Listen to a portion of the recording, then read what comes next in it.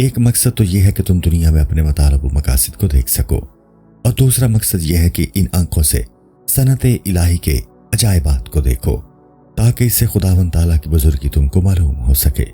لیکن جب تم اسی آنکھ سے کسی نامحرم کو دیکھو گے، گویا تم نے آنکھ کی نعمت کی ناشکری کی۔ غور کرو کہ آنکھ کی یہ نعمت یعنی بصارت آفتاب کی روشنی کے بغیر کامل نہیں ہو سکتی۔ اس کے نور کے بغیر تم کسی چیز کو نہیں دیکھ سکتے، اور آفتاب کے واسطے زمین اور آسمان ضروری ہیں، کیونکہ رات اور دن انہی سے پیدا ہوتے ہیں۔ تو جب تم نے نامحرم کو دیکھا تو صرف آنکھ اور آفتاب ہی کی نعمت کی ناشکری نہیں کی، بلکہ تم آسمان اور زمین کے بھی ناشکر گزار ہوئے۔ چنانچہ حدیث شریف میں آیا ہے کہ جو کوئی معصیت کرتا ہے تو آسمان اور زمین اس پر لعنت کرتے ہیں۔ اس کے یہی معنی ہے تم کو 2 ہاتھ بھی دیے گئے تاکہ ان کے ذریعے تم اپنے کام بناؤ، یعنی کام کرو، کھانا کھاؤ، طہارت کرو۔ اگر تم اس سے معصیت کرو گے تو اس نعمت کے ناشکر گزار ہوئے، یہاں تک کہ سیدھے ہاتھ سے نجاست کو پاک کیا اور بائیں ہاتھ سے قرآن کو گرفت میں لیا، تو یہ بھی ناسپاسی ہے، کیونکہ تم نے عدل کے خلاف کام کیا، اور عدل خدا کو پسند ہے۔ اور عدل کے معنی یہ ہے کہ شریعت سے شریف کام لیا جائے اور حقیر کام کریں، اور تمہاری ان 2 باتوں میں ایک قوی غالب ہے جو غالب اور شریف ہے۔ تمہارے تمام کام 2 قسم پر منقسم ہیں، بعض ان میں حقیر ہیں اور بعض شریف۔ پس سزاوار اور مناسب یہ ہے کہ جو کام شریف ہے اس کو تم سیدھے ہاتھ سے کرو، اور جو کام حقیر ہے اس کو بائیں ہاتھ سے کرو، کہ عدل قائم رہے، یعنی عدل کے خلاف نہ ہو، ورنہ تم جانوروں کی طرح عدل اور حکمت سے بے نصیب رہو گے۔ اگر تم قبلہ کی جانب تھوکو گے تو تم قبلہ اور باقی دوسری سمتوں کے ناشکر گزار ہوگے، کیونکہ یہ تمام طرفیں یعنی سمتیں یکساں نہیں ہیں۔ اللہ تعالیٰ نے تمہاری بھلائی کے لیے ایک سمت کو شرف عطا فرما دیا ہے، تاکہ عبادت کے وقت تم اس کی طرف منہ کرو، اور اس سے تم کو تسلی اور راحت میسر ہو، اور اس گھر کو جو اس سمت میں بنایا ہے اپنی طرف منسوب کیا، یعنی کعبۃ اللہ۔ تمہارے بعض کام بہت ہی معمولی ہیں، جیسے تھوکنا، قضاء حاجت، اور بعض کام تمہارے عظیم اور شریف ہیں، جیسے طہارت اور نماز۔ اگر تم ان تمام کاموں کو یکساں سمجھو گے تو اس کے معنی یہ ہے کہ تم نے جانوروں کی طرح زندگی گزار دی اور عقل کی نعمت کا حق ادا نہیں کیا، جس سے عدالت اور حکمت الہی کا ظہور ہوتا ہے، اور تم نے قبلہ کی نعمت کو باطل کر دیا۔ مثلا اگر تم نے کسی درخت کی ایک شاخ یا ایک کلی بھی بغیر ضرورت کے توڑ لی تو اس طرح درخت کی نعمت تمہارے ہاتھوں سے ضائع اور برباد ہو گئی، کیونکہ اللہ تعالیٰ نے شاخ میں رگ و ریشے رکھے ہیں تاکہ وہ پانی سے اپنی غذا حاصل کریں، یعنی اس میں قوت تغذیہ رکھی ہے۔ اس کے علاوہ اور بھی قوتیں اس میں رکھی ہیں تاکہ جب وہ اپنے درجہ کمال کو پہنچ جائے تو کام آئے۔ لیکن جب تم نے درمیان ہی میں سے اس پر ڈاکہ ڈال دیا تو یہ بھی سپاسی ہے، البتہ اس صورت میں درست ہوتا اور اس کا کمال تمہارے کمال پر فدا ہو، تاکہ تم کو اس کی حاجت ہوتی، کیونکہ عدل یہی ہے کہ ناقص کو کامل پر قربان کر دیا جائے۔ لیکن اگر تم نے دوسروں کا مال توڑا خواہ تم کو اس کی حاجت تھی تو یہ بھی ناسپاسی ہے، کیونکہ مالک کی حاجت تمہاری حاجت سے اولیٰ تر ہے۔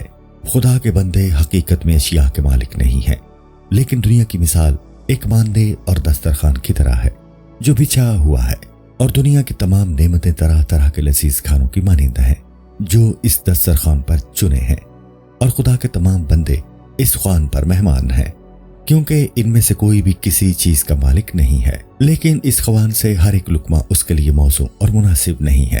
جو نوالا اس نے اپنے ہاتھ میں لیا ہے یا اس نے اپنے منہ میں رکھا ہے وہ دوسرے مہمان کے لیے سزاوار نہیں ہے کہ وہ اپنے لیے اس کو چھین لے۔ بندے فقط اتنی ہی بات کے مالک ہیں کہ وہ اس خوان سے کھائیں، اور جس طرح مہمانوں کو یہ سزاوار نہیں ہے کہ وہ میزبانی کا کھانا ایسی جگہ رکھیں جہاں کسی کا ہاتھ نہ پہنچ سکے، اسی طرح کسی کو یہ سزاوار نہیں ہے کہ دنیا کا مال اپنی ضرورت اور حاجت سے زیادہ اپنے پاس رکھ چھوڑے اور غریبوں مسکینوں کو نہ دے۔ لیکن اس کا اندازہ کسی صورت سے نہیں ہو سکتا کہ ہر ایک کی حاجت سے آگاہ ہی نہیں ہے۔ لیکن اگر اس بات کو نہ روکا گیا اور اس کا سد باب نہیں کیا گیا تو پھر ہر شخص دوسرے کا مال چھین لے گا اور کہے گا کہ اس کو اس کی حاجت نہیں ہے، اور واضح رہے کہ مال کا جمع کرنا حکمت کے خلاف ہے، اور اس مال کے جمع کرنے کی شرع ممانعت ہے، خاص طور پر کھانے کی چیزوں یعنی اجناس کا جمع کرنا، کہ جب گراں ہو جائے گا فروخت کریں گے سخت منع ہے۔ ایسا کرنے والا خدا کی لعنت میں گرفتار ہوگا۔ بلکہ جو شخص اناج کی تجارت کرے اور اناج کو اناج کے عوض سود سے بیچے وہ مامون ہے، کیونکہ یہ خلائق کی روزی ہے، اور جب اس سے تجارت کی جائے گی تو یہ ایک جگہ جمع ہو جائے گا، تو جلد وہ محتاجوں تک نہیں پہنچ سکے گا۔ اور یہ بات چاندی سونے کے معاملہ میں حرام ہے، اس لیے کہ حق تعالیٰ نے سونے چاندی کو 2 حکمتوں کے ساتھ پیدا کیا ہے۔ ایک تو یہ کہ ہر ایک جنس کی قیمت ان کے سبب سے معلوم ہوگی، کیونکہ کوئی نہیں جانتا کہ ایک گھوڑا کتنے غلام کے عوض اور ایک غلام کتنے کپڑے کے بدلے میں بکے گا، اور یہ تمام چیزیں ایک دوسرے کو بیچنا ضروری ہے۔ ایک کو غلام کی ضرورت ہے اور دوسرے کو کپڑے کی، بس ایک ایسی چیز کی ضرورت پیش آئی کہ وہ ہر چیز کا مول ٹھہر سکے، اس سے غلام بھی خریدا جا سکے اور کپڑا، لباس وغیرہ بھی، یعنی اس چیز کو تمام اجناس کا مول ٹھہرا کر اس سے قیمت لگا سکیں۔ بس اللہ تعالیٰ نے سونا چاندی اس لیے پیدا کیا ہے کہ وہ ایک چیز کا مول ٹھہرانے میں حاکم کا کام انجام دے۔ اب اگر کوئی خزانے یعنی سونے چاندی کو زمین میں دفن کر دے تو ایسا کرنا گویا مسلمانوں کے حاکم کو قید کر دینا ہے۔ اسی طرح چاندی یا سونے سے کٹورا یا آفتابہ بنانا ایسا ہے جیسے حاکم اسلام سے کلی یا جلاہے کا کام لیا گیا۔ آفتابہ بنانے کا مقصود اصل تو یہ ہے کہ پانی بھرنے کے کام آئے، اور ایسا برتن مٹی اور تانبے سے بھی بن سکتا ہے۔ دوسری حکمت اس میں یہ ہے کہ چاندی اور سونا دونوں ہی عزیز چیزیں ہیں، ان کی بدولت ساری دنیا حاصل ہو سکتی ہے، ہر شخص ان کا طالب ہے۔ جس کے پاس زر ہے اس کے پاس سب کچھ ہے۔ شاید ہی کوئی شخص ایسا ہو کہ اس کو اناج کی حاجت ہو اور کپڑے کی حاجت نہ ہو۔ جس شخص کے پاس اناج ہے اور اس کو کپڑے کی احتیاج نہیں، تو پھر وہ غلہ کو کپڑے کے عوض میں کیوں بیچے گا؟ اب غلے کے حاجت مند کا کام رک جائے گا۔ بس اللہ تعالیٰ نے سیب و زر کو پیدا فرما کر ان کو عزیز الوجود بنا دیا تاکہ لوگوں کے تمام کام ان سے چلیں۔ بس جب یہ ثابت ہو گیا کہ تمام کام سیب و زر ہی سے چلتے ہیں، تو اب کوئی شخص سونے کے عوض سونا اور چاندی کے عوض چاندی نفع سے بیچے تو اس کے معنی یہ ہوئے تو وہ 2 نکت ایک دوسرے کی قید میں رک کر رہ جائیں گے۔ ان کے ذریعے تبادلہ اشیاء کا معاملہ ٹھپ ہو کر رہ جائے گا، دوسری چیزوں کی خریداری کا وسیلہ نہیں بن سکیں گے۔ بس کبھی ایسا خیال نہ کرنا کہ شرع میں کوئی ایسی چیز بھی ہے جو حکمت و عدل سے خارج ہے، ایسا نہیں ہے، بلکہ ہر چیز میں کئی حکمتیں ایسی باریک اور رقیق کہ ان کو علماء متبحرین اور پیغمبروں علیہم السلام کے سوا کوئی اور نہیں سمجھ سکتا۔ اور جو عالم محض تقلید کے طور پر چیزوں کی فقط ظاہری صورت کو سمجھ سکا اور ان کی حکمتوں کو نہ سمجھ سکا، وہ ناقص ہے، عالم کامل نہیں ہے، اور قریب عوام الناس کی طرح ہے۔ اور جب کسی عالم کامل نے ان حکمتوں کو بخوبی سمجھ لیا تو جس بات کو فقہا مکروہ سمجھتے ہیں یا اس بات کو حرام سمجھے گا۔ چنانچہ منقول ہے کہ ایک بزرگ نے سہون پہلے بائیں پاؤں میں جوتا پہن لیا، اس خطا اور غلطی کے بدلے کئی پلے گیہوں انہوں نے کفارہ میں دیا۔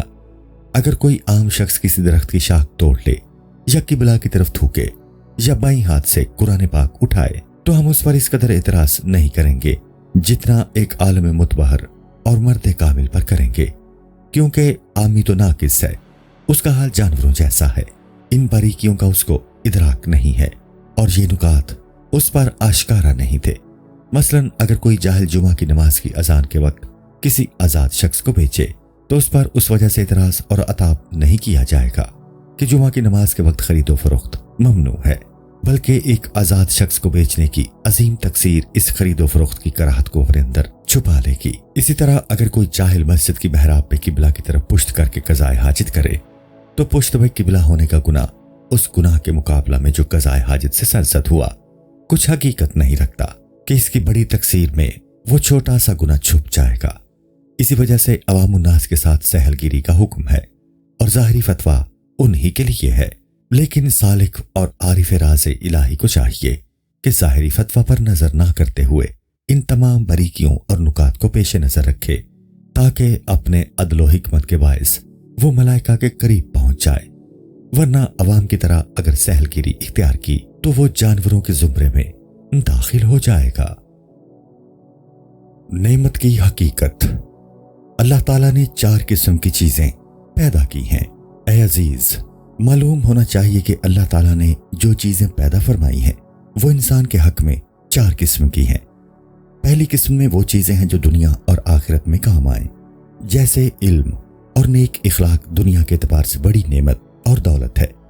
دوسری قسم میں وہ چیزیں داخل ہیں جو دونوں جہان میں اس کے لیے مضرت رساں ہیں، جیسے نادانی و بدخوفی، مصیبت اور بلا۔ تیسری قسم وہ کہ جن سے دنیا میں آرام حاصل ہو لیکن آخرت میں رنج و الم، جیسے دنیاوی نعمتوں کی کثرت اور انسان کا ان نعمتوں سے بہرہ یاب ہونا۔ احمقوں اور نادانوں کے نزدیک یہ نعمت ہے، لیکن دانشوروں اور اصحاب معرفت کی نظر میں یہ بڑی بلا ہے۔ اس کی مثال اس بھوکے شخص کی ہے جس کو زہر ملا ہوا شہد کہیں سے مل جائے تو وہ اگر احمق اور نادان ہے اور اس بات سے بے خبر ہے تو وہ اس شہد کو بڑی نعمت سمجھے گا، اور اگر دانشمند اور ہوشیار ہے تو اس کو ایک بلائے عظیم سمجھے گا۔ چوتھی قسم وہ ہے کہ دنیا میں رنج و تاب کا باعث ہو لیکن آخرت میں آرام و راحت والی ہو۔ وہ عبادت اور نفس و شہوت کی مخالفت ہے، اور عارفوں کے نزدیک یہ ایک بڑی نعمت ہے، جیسے کڑوی دوا جس کو وہ بیمار جو دانشور ہے راحت سمجھتا ہے اور احمق اس کو مصیبت خیال کرتا ہے۔ فصل۔ اے عزیز، معلوم ہونا چاہیے کہ دنیا میں بلی بری چیزیں ملی ہوئی ہیں، بس وہ چیز جس کا فائدہ اس کے نقصان سے زیادہ ہو وہ نعمت ہے، لیکن لوگوں کے احوال کے اعتبار سے یہ بات مختلف ہے، کیونکہ اکثر مخلوق کے بارے میں یہ کہا جا سکتا ہے کہ جب مال ان کے پاس بقدر کفایت ہوگا تو اس کا فائدہ اس کے ضرر سے زیادہ ہوگا، اور جب مال حاجت سے افزوں ہوگا تو اس کا نقصان اس کے فائدے سے کہیں زیادہ ہے۔ اور کوئی ایسا بھی ہے کہ تھوڑا سا مال بھی اس کے لیے موجب مسرت ہے، جس کا باعث یہ ہے کہ اس پر حرص کا غلبہ ہے۔ اگر وہ بالکل نادار ہوتا تو اس طمع اور حرص سے محفوظ رہتا۔ البتہ ایسے لوگ صاحب کمال اور سخی بھی ہیں کہ بہت سا مال بھی ان کو نقصان نہیں پہنچاتا، کیونکہ وہ اس مال کثیر سے غریبوں اور محتاجوں کی مدد کرتا ہے۔ بس اس سے ظاہر ہوا کہ ایک چیز کسی کے حق میں نعمت ہے اور کسی کے حق میں بلا ہے۔ فصل۔ معلوم ہونا چاہیے کہ لوگ جس چیز کو اچھا سمجھتے ہیں وہ ان تین حال سے خارج نہ ہوگی۔ ایک یہ کہ وہ فی الحال پسند ہو، دوسرے یہ کہ اس کا فائدہ اس وقت نہ ہو بلکہ آئندہ سے متعلق ہو، تیسرے یہ کہ وہ بذات خود خوب اور اچھی ہو۔ اس طرح جس چیز کو برا سمجھا جاتا ہے اس کی بھی یہی صورت ہے، یعنی یا تو فی الحال ناپسند ہوگی یا آئندہ ہوگی، نقصان رساں ہوگی یا اپنی ذات میں خراب ہوگی۔ بس بہت عمدہ اور اچھی چیز وہ ہے جس میں یہ تینوں حالتیں جمع ہوں، یعنی پسندیدہ، آئندہ سود مند اور بذات خود خوب۔ ایسی چیز علم و حکمت کے سوا اور کوئی نہیں ہے، اور کسی دوسری چیز میں یہ خوبیاں جمع نہیں ہیں۔ اور اس کے مقابل میں بہت بری چیز جہل و نادانی ہے کہ وہ ناپسندیدہ، مضرت رساں اور بذات خود بری ہے۔ معلوم ہونا چاہیے کہ علم سے بہتر کوئی چیز نہیں ہے، لیکن اس کے لیے جس کا دل بیمار نہ ہو، اور جہل ایک مرض ہے جو فی الحال اذیت رساں اور ناپسندیدہ ہے کہ جو شخص کسی چیز سے بے خبر ہے اور اس کو جاننا چاہتا ہے تو وہ اس وقت اپنی نادانی اور جہل کے غم سے بے قرار ہو جائے گا۔ جہل اگرچہ بدنما ہے مگر یہ بدنمائی اس میں نظر نہیں آتی ہے، کیونکہ وہ دل کے اندر ہے اور وہ دل کی صورت کو بگاڑ دیتی ہے، اور اس میں کوئی کلام نہیں کہ باطن کی بدصورتی ظاہر کی بدصورتی سے بدتر اور زشت تر ہے۔ اب یہ غور کرو کہ ایک چیز نافع تو ہے پر ناپسند ہے، جیسے سڑی ہوئی انگلی کا کاٹ دینا تاکہ سارا ہاتھ اس کے فساد سے کاٹنا نہ پڑے۔ کوئی چیز ایسی بھی ہوتی ہے کہ بعض اعتبار سے نافع ہوتی ہے اور بعض اعتبار سے مضر۔ مثلاً بسا اوقات کشتی کے ڈوبنے کا جب خطرہ بڑھ جاتا ہے تو مال و اسباب کو دریا میں پھینک دیتے ہیں تاکہ لوگوں کی جانیں بچ جائیں اور کشتی ڈوبنے سے بچ جائے۔ فصل۔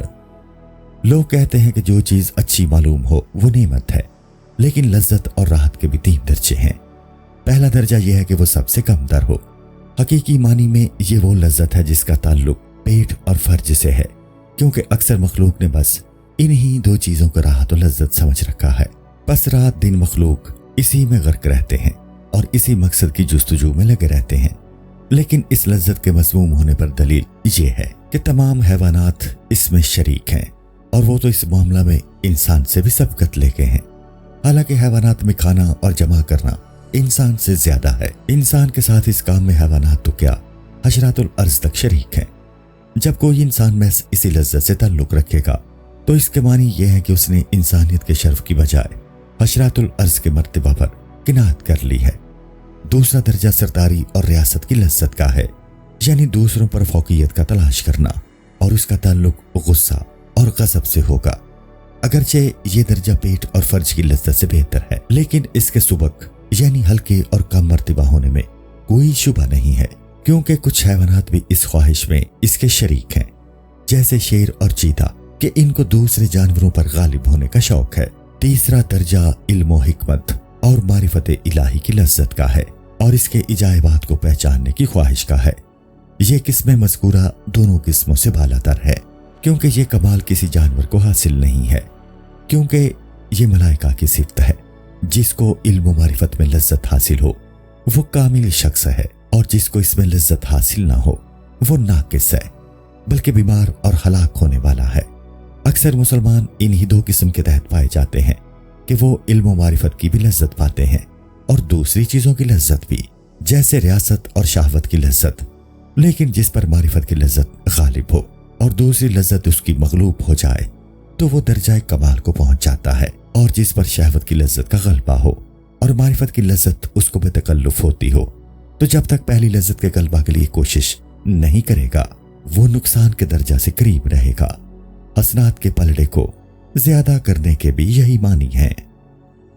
نعمت کے اقسام اور ان کے مراتب۔ اے عزیز، معلوم ہونا چاہیے کہ سعادت آخرت نعمت حقیقی ہے، کیونکہ وہی بذات مطلوب ہے۔ یہ اپنے سوائے اور دوسری نعمتوں کا وسیلہ نہیں ہے، اور اس نعمت کے تحت 4 چیزیں ہیں۔ اول بقا، جس میں فنا کا دخل نہ ہو۔ دوسرے ایسی خوشی جو رنج و الم سے پاک ہو۔ تیسرے ایسا علم و کشف جو جہل اور نادانی کی ظلمت سے خالی ہو۔ چوتھے بے نیازی یعنی استغنا، کہ غربت اور احتیاج کا اس میں دخل نہ ہو۔ ان 4 چیزوں کا خلاصہ یہ ہے کہ انسان کو جمال الہی کے مشاہدے کی لذت دواماً اس طرح حاصل ہو کہ پھر کبھی زائل نہ ہو۔ بس نعمت حقیقی یہی ہے۔ جس چیز کو دنیا میں نعمت سمجھتے ہیں وہ اسی کے لیے ہے کہ وہ سب اس کی راہ کا وسیلہ ہیں، ورنہ وہ بذات خود مطلوب نہیں ہے۔ یعنی دنیاوی نعمت، کامل نعمت وہی ہے جس کے وسیلے سے آخرت کی سعادت تلاش کریں، اور کسی چیز کو نہیں۔ اسی بنا پر حضور سرور کونین صلی اللہ علیہ وآلہ وسلم نے فرمایا ہے، راحت اور چین تو صرف آخرت کی راحت ہے۔ حضور صلی اللہ علیہ وآلہ وسلم نے ایک بار تو یہ جملہ بہت ہی سختی اور غم کے وقت فرمایا تھا تاکہ دنیاوی غم سے دل کو تسلی دیں، اور ایک بار حجت الوداع کے وقت جب کہ دین درجہ کمال کو پہنچ گیا تھا اور ساری مخلوق آپ کی طرف متوجہ تھی، فرمایا تھا۔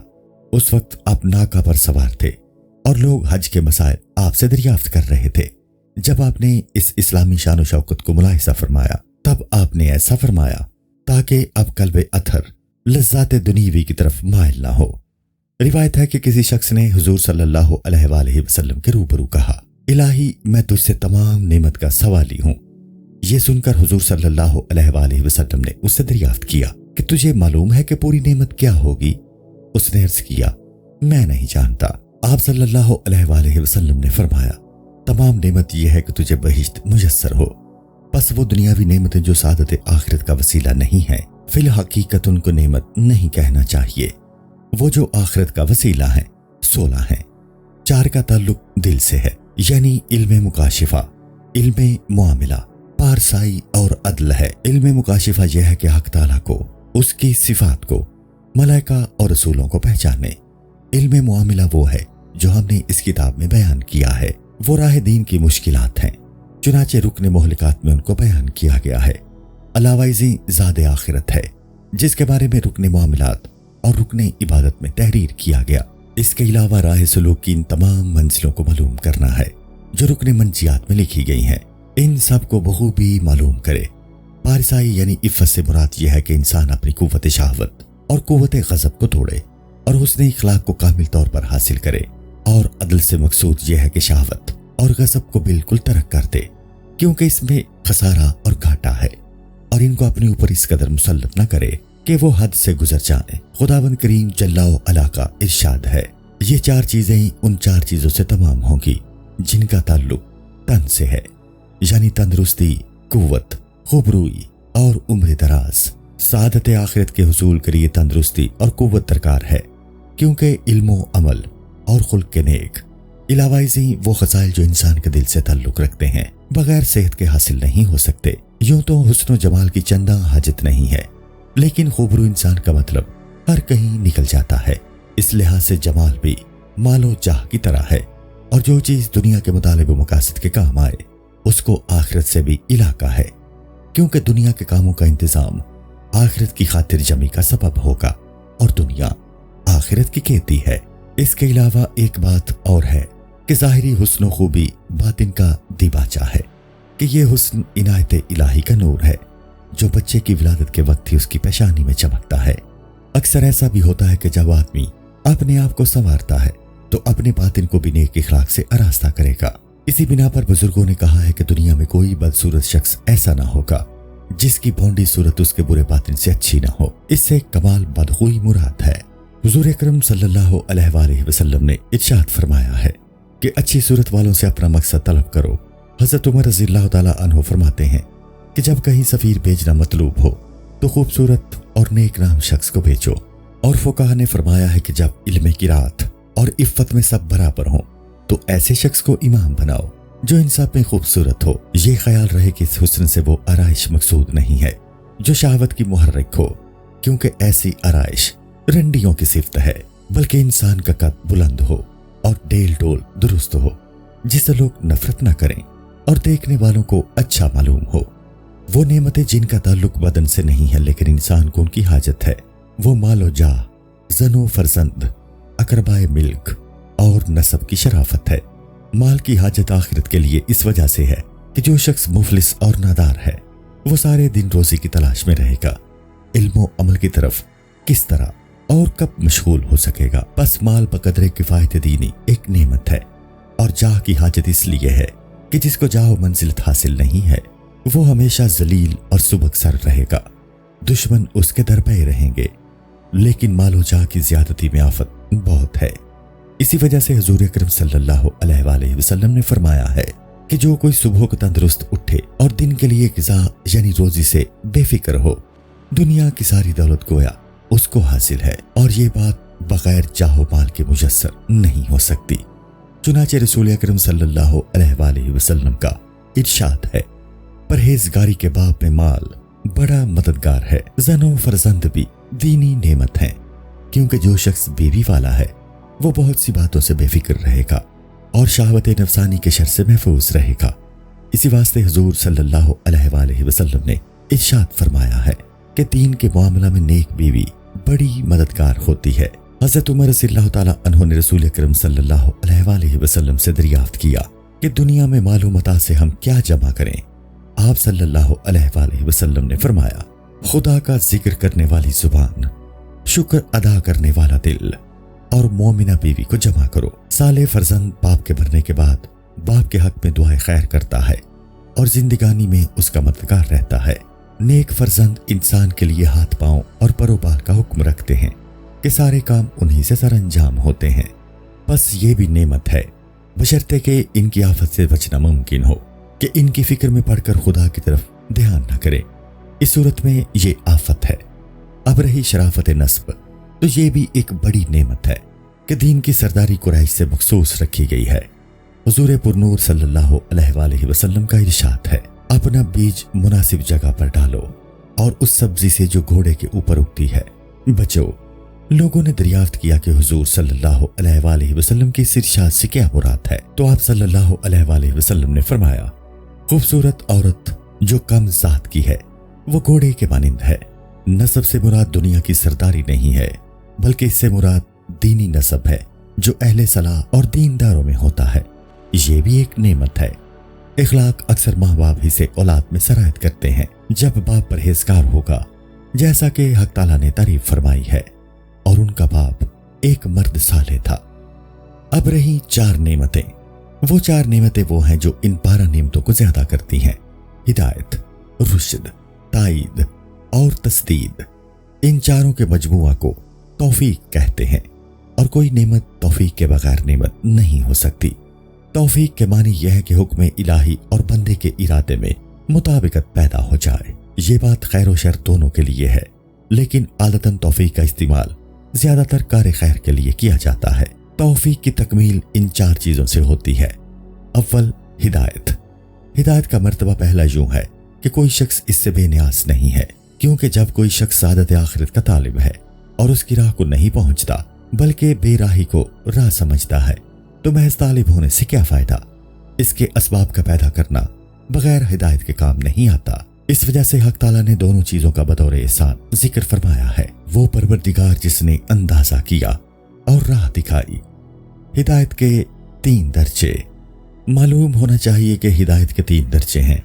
پہلا درجہ یہ ہے کہ انسان خیر و شر میں امتیاز کرے، اور یہ وصف تمام دانشوروں کو عطا فرمائی ہے، بعض کو خود ان کی عقل سے اور بعض کو پیغمبروں کی زبانی، اور اس کو دونوں راستے دکھا دیے سے یہی مراد ہے کہ یعنی خیر و شر کی راہ ہم نے انسان کو عقل کے وسیلے سے بتا دی ہے اور سمود کو ہم نے راہ دکھائی، بس انہوں نے گمراہی کو بمقابلہ ہدایت کے پسند کر لیا۔ اس ارشاد سے وہ رہنمائی مراد ہے جو لسان انبیاء سے عمل میں آئی، لیکن وہ راہیابی سے محروم رہے، اور ان کے محروم رہنے کا سبب حسد و تکبر ہوگا یا دنیاوی مشاغل، جس کے سبب سے انہوں نے انبیاء اور علماء کی بات نہیں سنی۔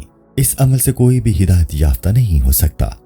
دوسرا درجہ ہدایت خاص ہے، جو دین کے معاملہ میں مجاہدے سے تھوڑی تھوڑی پیدا ہوتی ہے اور اس سے حکمت کی راہ کھلتی ہے۔ مجاہدہ کا نتیجہ یہی ہوتا ہے جیسا کہ فرمایا ہے، یعنی جب بندے مجاہدہ اور ریاضت کریں گے تو ہم ان کو اپنی راہ ضرور بتلائیں گے۔ یہ نہیں فرمایا کہ ہم خود بخود ہدایت کریں گے۔ وہ جو ہدایت یاب ہوئے اللہ نے ان کی ہدایت زیادہ کر دی سے یہی مراد ہے۔ تیسرا درجہ ہدایت خاص الخاص کا ہے۔ یہ نور نبوت اور ولایت کی حالت میں پیدا ہوتا ہے۔ یہ ہدایت ذات باری تعالیٰ کی طرف ہے، اس کی راہ کی طرف نہیں ہے، کیونکہ عقل کا یہ مقدور نہیں ہے کہ خود بخود اس کی طرف جائے۔ فرمایا کہ کہہ دیجئے کہ بے شک ہدایت ہی ہدایت ہے۔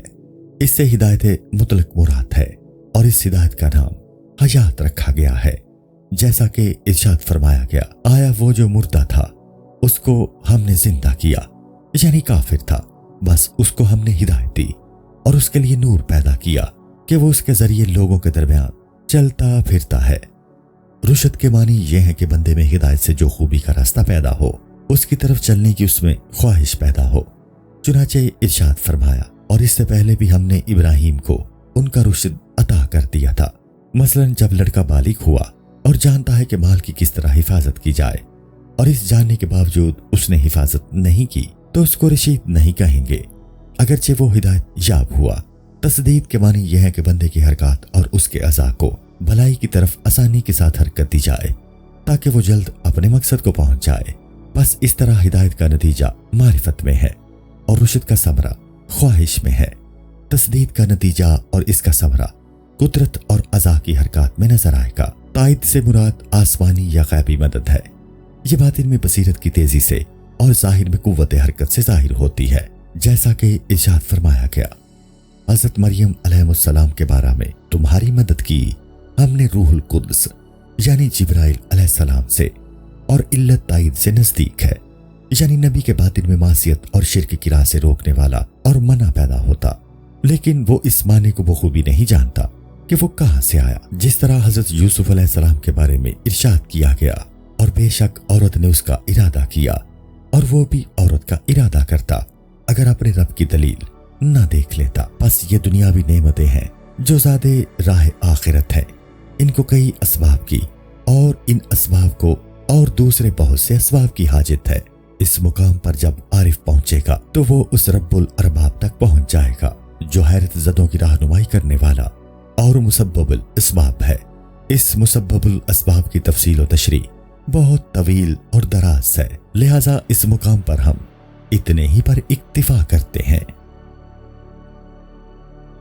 شکر الہی میں خلائق کی تکثیر شکر کے اسباب۔ اے عزیز، معلوم ہونا چاہیے کہ اللہ تعالیٰ کی شکر گزاری میں 2 سبب سے تکثیر واقع ہوتی ہے۔ ایک یہ کہ نعمتوں کی کثرت اور بہتات کی بندے کو خبر نہیں، جس کا سبب یہ ہے کہ اللہ تعالیٰ کی نعمتیں بے حد و حساب ہیں۔ ہم نے کتاب احیاء العلوم میں تھوڑی سی نعمتوں کا بیان کیا ہے جن کا تعلق کھانے پینے سے ہے، تاکہ اس پر دوسری نعمتوں کا قیاس کیا جا سکے اور معلوم ہو سکے کہ اللہ تعالیٰ کی تمام نعمتوں کا پہچاننا ممکن نہیں ہے۔ اس کتاب یعنی کیمیائے سعادت میں ان کے بیان کی گنجائش نہیں ہے۔ تقصیر کا دوسرا سبب یہ ہے کہ انسان ایسی نعمت کو جو عام ہو نعمت ہی نہیں سمجھتا اور خداوند تعالیٰ کا اس پر شکر بجا نہیں لاتا۔ مثال کے طور پر یہ ہوائے لطیف ہے جس کو انسان سانس کے ذریعے اپنے اندر کھینچتا ہے، جو اس روح جو ان کو مدد پہنچاتی ہے، جس کا مقصد و مادن دل ہے، اور دل کی حرارت کو یہ ہوائے لطیف اعتدال بخشتی ہے۔ اگر یہ ذرا سی دیر کے لیے رک جائے تو انسان ہلاک ہو جائے۔ ایسی نعمت کو انسان اپنی غفلت کے باعث نعمت ہی نہیں سمجھتا۔ وہ ایسی بے شمار سانسیں لیتا ہے جن کی اس کو خبر ہی نہیں ہوتی۔ اس کو خبر جب ہوگی کہ ایک ذرا سی دیر کے لیے ایسے کنویں میں جائے جس کی ہوا غلیظ ہے اور دم گھٹنے لگے، تب ہوائے لطیف کی اس کو قدر ہوگی۔ یا گرم حمام میں تھوڑی دیر کے لیے اس کو بند کر دیا جائے اور کچھ دیر کے بعد صاف و پاک ہوا میں اس کو نکالیں، تب وہ اس نعمت کی قدر پہچانے گا۔ اس طرح جب تک انسان کی آنکھوں میں درد نہ ہو یا بینائی نہ جاتی رہے، صحت چشم کا کس طرح شکر ادا کرے گا؟ اس کی مثال اس غلام جیسی ہے کہ جب تک اس کو مارا پیٹا نہ جائے، مار نہ کھانے کی اس کو قدر کس طرح ہو سکتی ہے؟ اور جب اسے مارا نہیں جائے گا تو وہ سرکشی کرے گا۔ بس اللہ تعالیٰ کی نعمتوں کا شکر ادا کرنے کی تدبیر یہ ہے کہ بندہ ہر آن ہر پل اللہ تعالیٰ کی نعمتوں کو دل میں یاد کرے، اور یہ بات انسان کامل ہی سے ہو سکتی ہے۔ اس کی تفصیل ہم نے کتاب احیاء العلوم میں پیش کی ہے، لیکن جو ناقص اور کم فہم ہے اس کے لیے تدبیر یہ ہے کہ اس کو ہر روز بیمارستان یعنی اسپتال، قید خانے اور گورستان میں لے جائے تاکہ وہاں بیماروں، قیدیوں اور مردوں کو دیکھ کر اپنی عافیت اور سلامتی کی قدر پہچانے۔ ممکن ہے کہ اس صورت میں وہ شکر ادا کرے۔ گورستان میں پہنچ کر یہ خیال کرے کہ یہ مردے ایک دن کی زندگی کی تمنا کرتے تھے تاکہ اپنے برے اعمال کا بدلہ کر سکیں، لیکن ان کو وہ ایک دن کی زندگی بھی نہیں مل سکی۔ لیکن اس زندہ کو دیکھ کہ بہت سے دن اس کی حیات کے باقی ہیں، لیکن یہ ان کی قدر نہیں کرتا۔ ایسا شخص جو عام نعمت کا شکر ادا نہیں کرتا، جیسے ہوا اور سورج، آنکھیں اس کو دیکھتی ہیں اور محسوس کرتا ہے، لیکن وہ سمجھتا ہے کہ مال و دولت ہی بس صحت ہے۔ اس کو سمجھنا چاہیے کہ اس طرح خیال کرنا محض نادانی ہے کہ نعمت اگر عام ہی ہو پھر بھی وہ نعمت ہے۔ اگر وہ غور کرے تو خاص نعمت سے بھی اس کو نوازا گیا ہے۔ مثلاً ہر شخص یہ تصور کرتا ہے کہ اس کی عقل کی مانند دوسروں کی عقل نہیں ہے اور اس کے اخلاق دوسروں کے اخلاق سے بہتر ہیں۔ اسی وجہ سے وہ دوسروں کو احمق اور بدخو اپنے مقابلہ میں سمجھتا ہے۔ بس چاہیے کہ وہ اس نعمت خاص کا شکر ادا کرے اور لوگوں کی عیب بینی نہ کرے، بلکہ ہر ایک آدمی میں ایسے ہزاروں عیب ہیں جن کو اس کا دل جانتا ہے اور کوئی دوسرا نہیں جانتا، کیونکہ حق تعالیٰ نے جو ستار العیوب ہے ان پر پردہ ڈال دیا ہے۔ صرف یہی نہیں بلکہ انسان کے خیال میں جو باتیں گزرتی ہیں اگر وہ لوگوں کو معلوم ہو جائے تو بڑی پریشانی کا سبب ہو۔ بس یہ بات ہر ایک کے حق میں نعمت خاص ہے، لازم ہے کہ اس کا شکر بجا لائے اور کبھی بھی اس کا خیال دل میں نہ لائے کہ فلاں چیز سے محروم ہوں۔ اس صورت میں وہ ادائے شکر سے محروم رہے، بلکہ اس کو چاہیے کہ وہ اس نعمت پر غور کرے جو بغیر کسی استحقاق کے اس کو دی گئی ہے۔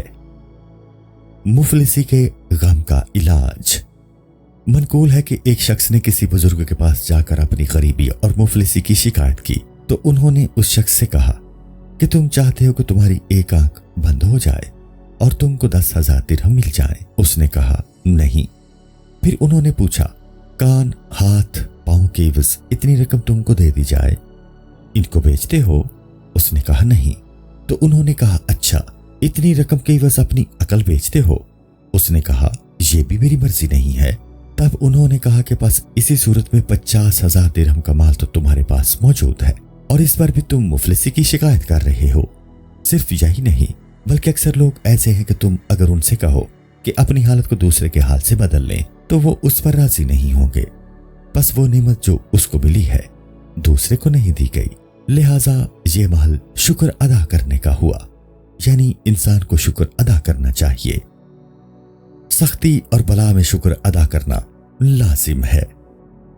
اے عزیز، معلوم ہونا چاہیے کہ سختی اور مصیبت میں شکر ادا کرنا لازم ہے، کیونکہ کفر کی مصیبت کے سوا اور کوئی ایسی مصیبت نہیں ہے جس میں کوئی ایک خوبی موجود نہ ہو، لیکن تم اس سے واقف اور آگاہ نہیں ہو۔ حق تعالیٰ تمہاری بلائی کو خوب جانتا ہے، بلکہ ہر بلا پر 5 طرح کا شکر واجب ہے۔ ایک یہ کہ اس کی مصیبت کا تعلق جسم سے تھا، دین سے نہیں تھا۔ کسی شخص نے شیخ عبداللہ بن سہل تستری رحمۃ اللہ تعالی علیہ سے پوچھا کہ چور میرے گھر میں گھس کر تمام مال چرا کر لے گیا۔ انہوں نے فرمایا کہ اگر شیطان تیرے دل کے اندر گھس کر ایمان چرا کر لے جاتا تو کیا کرتا؟ دوسری قسم شکر کی یہ ہے کہ کوئی بیماری اور بلا ایسی نہیں ہے کہ دوسری اس بلا سے بدتر نہ ہو، بس اس پر شکر کرو کہ تم اس بدتر بلا اور مصیبت میں گرفتار نہیں ہوئے۔ جو شخص 1000 مار کے لائق ہو اور 100 سے زیادہ اس کو نہ مارے تو یہ اس کے لیے شکر کا مقام ہے۔ منقول ہے کہ کسی بزرگ کے سر پر ایک شخص نے تشت بھر کر خاک ڈال دی، انہوں نے شکر ادا کیا۔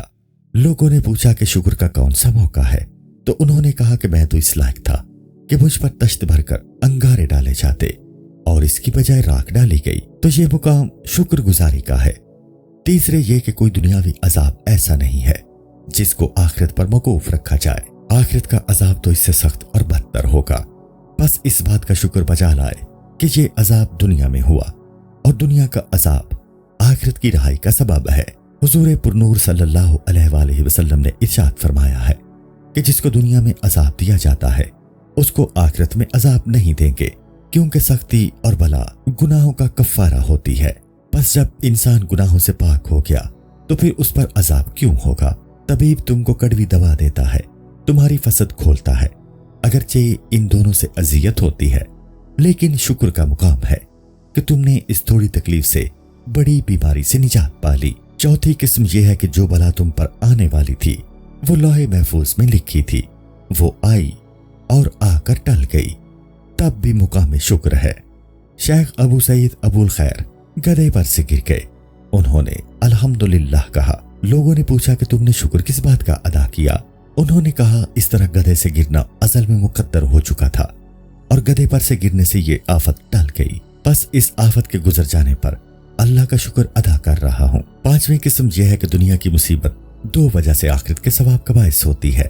ایک یہ کہ اس مصیبت کا اجر بڑا ہے، دوسرا باعث یہ ہے کہ سب گناہوں سے بڑا گناہ یہ ہے کہ تم نے دنیا فانی سے ایسا دل لگایا کہ اس کو اپنی بہشت سمجھ لیا اور خداوند تعالیٰ کے حضور میں جانے کو قید خانہ تصور کیا کرتا تھا، اور جس کو دنیا میں مصیبت میں گرفتار کرتے ہیں اس کا دل دنیا سے بیزار ہو جاتا ہے اور دنیا اس کے حق میں قید خانہ اور موت نجات بن جاتی ہے۔ اور کوئی بلا ایسی نہیں ہے جس میں حق تعالیٰ کی طرف سے تنبیہ نہ ہو۔ اگر بچہ جو باپ کے ہاتھ سے سزا پاتا ہے صاحب عقل ہوتا ہے تو وہ اس بار پر شکر بجا لاتا ہے، کیونکہ اس میں تنبیہ ہوتی ہے اور تنبیہ میں بڑا فائدہ ہے۔ حدیث شریف میں آیا ہے کہ حق تعالیٰ اپنے دوستوں کی غمخواری ان کو محنت و بلا میں گرفتار کر کے فرماتا ہے، جس طرح تم دنیا میں کسی کی خبر گیری اور غمخواری کھانے پینے سے کرتے ہو۔ ایک شخص سرور کونین صلی اللہ علیہ وآلہ وسلم کی خدمت میں حاضر ہوا اور عرض کیا کہ چور میرا تمام مال چرا کر لے گئے۔ آپ نے فرمایا جس کا مال ضائع نہ ہو اور بیمار نہ ہو اس میں بلائی نہیں ہے، یعنی اس کو آخرت کا ثواب حاصل نہیں ہوگا۔ حق تعالیٰ جس بندے کو دوست رکھتا ہے تو اس پر بلا نازل فرماتا ہے۔ حضور صلی اللہ علیہ وآلہ وسلم نے یہ بھی فرمایا ہے کہ بہشت کے بہت سے درجے ہیں اور بندہ اپنی کوشش سے ان تک نہ پہنچ سکے تو حق تعالیٰ اس کو بلا میں مبتلا کر کے اس مقام تک پہنچا دے گا۔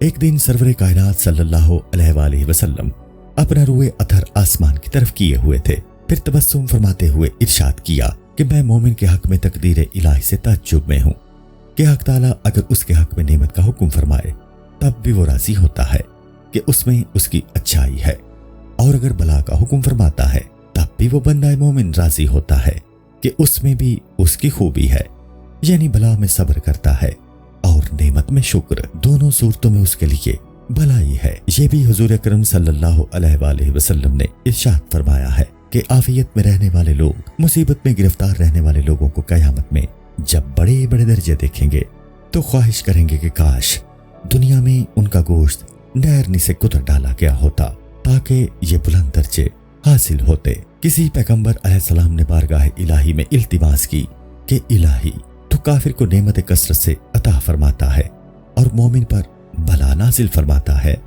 اس کا کیا سبب ہے؟ خداوند بزرگ و برتر نے ارشاد فرمایا کہ بندے بلا اور نعمت میرے اختیار میں ہے، میں چاہتا ہوں کہ مومن گناہگار موت کے وقت گناہوں سے پاک ہو کر مجھ سے ملے اور میں دنیا کی بلاؤں کو اس کے گناہوں کا کفارہ بنا دیتا ہوں اور کافر کی نیکیوں کا بدلہ دنیا کی نعمت سے کرتا ہوں، تاکہ جب وہ میرے پاس آئے تو اس کا کچھ حق باقی نہ رہے۔ پھر میں اس کو خوب عذاب دوں گا۔ جب اس آیت کا نزول ہوا، یعنی جو بدی کرے گا اس کی جزا پائے گا، تب حضرت ابوبکر صدیق رضی اللہ تعالیٰ عنہ نے دریافت کیا کہ یا رسول اللہ صلی اللہ علیہ وآلہ وسلم، ہم اس محنت سے کس طرح نجات پائیں گے؟ حضور اکرم صلی اللہ علیہ وآلہ وسلم نے ارشاد فرمایا، کیا تم بیمار اور غمگین نہیں ہوتے ہو؟ مومن کے گناہ کا یہی بدلہ ہے۔ منقول ہے کہ حضرت سلیمان علیہ السلام کے ایک فرزند کا انتقال ہو گیا۔ حضرت سلیمان علیہ السلام بہت غمگین اور ملول ہوئے۔ تب دو فرشتے جھگڑا کرنے والوں کی شکل میں آپ کے پاس آئے۔ ان میں سے ایک نے کہا کہ میں نے زمین میں بیج بویا تھا، اس نے زمین کو روند کر بیج کو ضائع کر دیا۔ دوسرے شخص نے کہا کہ اس نے عام راستے پر بیج بویا تھا، اس طرح کہ اس کے دائیں بائیں راستہ نہ تھا، میں نے مجبوراً اس کو پمال کر ڈالا۔ تب سلیمان علیہ السلام نے پہلے شخص کو ملزم قرار دیتے ہوئے کہا کہ تو نے راستہ میں بیج کیوں بویا تھا؟ کیا تجھے معلوم نہیں کہ راستہ پر لوگ چلا ہی کرتے ہیں؟ تب فرشتہ نے ان کو جواب دیا کہ آپ نے اپنے بیٹے کی موت پر ماتمی لباس کیوں پہنا ہے؟ کیا آپ یہ بات نہیں جانتے کہ آدمی کو موت کی شاہراہ سے گزرنا ہی پڑتا ہے؟ تب سلیمان علیہ السلام نے بارگاہ الہی میں توبہ و استغفار کی۔ حضرت عمر بن عبدالعزیز نے اپنے بیمار بیٹے کو جب موت کے قریب پایا تو اس سے فرمایا کہ اے فرزند، اگر تم مجھ سے پہلے مر جاؤ تاکہ تم میری ترازو یعنی پلہ اعمال میں رہو، میرے نزدیک زیادہ پسندیدہ ہے اس بات سے کہ میں تمہاری ترازو میں رہوں۔ اس نیک وقت فرزند نے جواب دیا، اے والد محترم، جو آپ کی مرضی ہے وہی میں چاہتا ہوں۔ حضرت ابن عباس رضی اللہ عنہما کو کسی شخص نے خبر پہنچائی کہ آپ کی بیٹی کا انتقال ہو گیا۔ آپ نے فرمایا، اِنَّ لِلَّهِ وَإِنَّا إِلَيْهِ رَاجِعُونَ۔ ایک کھلا ہوا حصہ ڈھک گیا اور خرچ کم ہو گیا اور ثواب فی الفور مل گیا۔ پھر وہ اٹھے اور 2 رکعت نماز ادا کر کے فرمایا، حق تعالیٰ کا حکم ہے وَاسْتَعِینُوا بِالصَّبْرِ وَالصَّلَاةِ، مصیبت کے وقت صبر اور نماز سے مدد چاہو۔ پس میں یہ دونوں کام بجا لایا۔ شیخ حاتم اسم نے کہا ہے کہ حق تعالیٰ قیامت کے دن 4 شخصوں سے 4 جماعتوں کو الزام دے گا۔ حضرت سلیمان علیہ السلام سے توانگروں کو، حضرت یوسف علیہ السلام سے غلاموں کو، حضرت عیسیٰ علیہ السلام سے درویشوں کو، اور حضرت ایوب علیہ السلام سے ان لوگوں کو جو مصیبت اور دکھ میں صابر نہیں رہے۔ شکر کا بیان یہاں اس قدر ہی کافی ہے۔ واللہ عالم بالصواب۔ السلام علیکم۔ پوری کتاب دیکھنے کے لیے ہمارے یوٹیوب چینل صوفی سما کی پلے لسٹ میں جائیں۔ یہاں آپ کو مختلف بزرگوں کی کتابیں ملیں گی، اور جو کتاب پوری نہ ہوئی اس پر کام تیزی سے ہو رہا ہے اور ریگولر بیسس پر اپلوڈ ہوتی رہتی ہیں۔ آپ سے گزارش ہے کہ آپ ہمارے یوٹیوب چینل کو سبسکرائب کر لیں اور بیل نوٹیفیکیشن پر کلک کر لیں تاکہ ہماری آنے والی کتابیں آپ کو ملتی رہیں۔ جزاک اللہ خیر۔